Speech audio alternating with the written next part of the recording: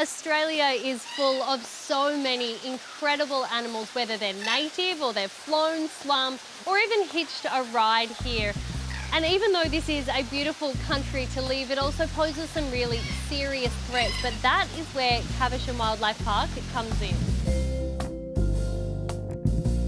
Deb, so tell us, what part does Caversham Wildlife Park play in the conservation of our native animals? The role is conservation, education, research and recreation. Recreation is super easy. The fun bit. The fun bit. With regards to education, our animals act as ambassador animals. So they're representing their wild cousins. And by doing so, they're teaching us of the threats that their wild cousins are facing. And speaking of, there are quite a few threats that our native animals are facing. What are some of them that are, I guess, really significant at the moment? There are natural threats, such as climate change, which causes all sorts of issues to the animals' habitats. But human development, urbanisation, is a really big problem. Humans are having a really negative impact on wildlife's habitat, so any opportunity to learn about that and educate ourselves is a really important thing. The park is heavily focused on animal welfare. The keepers keep busy with their daily duties to make sure these guys are happy and healthy, but they also make sure they have plenty of fun doing it. We all love a fun day out. What do you guys do to keep these little ones entertained on a day-to-day basis? Enrichment is a really important part of what we do for the animals. Lots of enclosure enrichment and food, of course. Don't we all love a bit of food? Absolutely. Delicious and nutritious. Here you go, you can have a little feed of Amber. Just hold it out and she will take it from you. Oh, she's so gentle.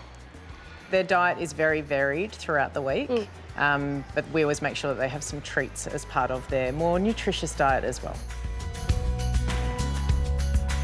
Walking around here today, you can see these guys have it pretty good. They've got lots of space, plenty of friends to play with, and even though they have lots of little faces peering back at them every day, there are lots of spots for them to go and hide and have some quiet time, because don't we all need some of that?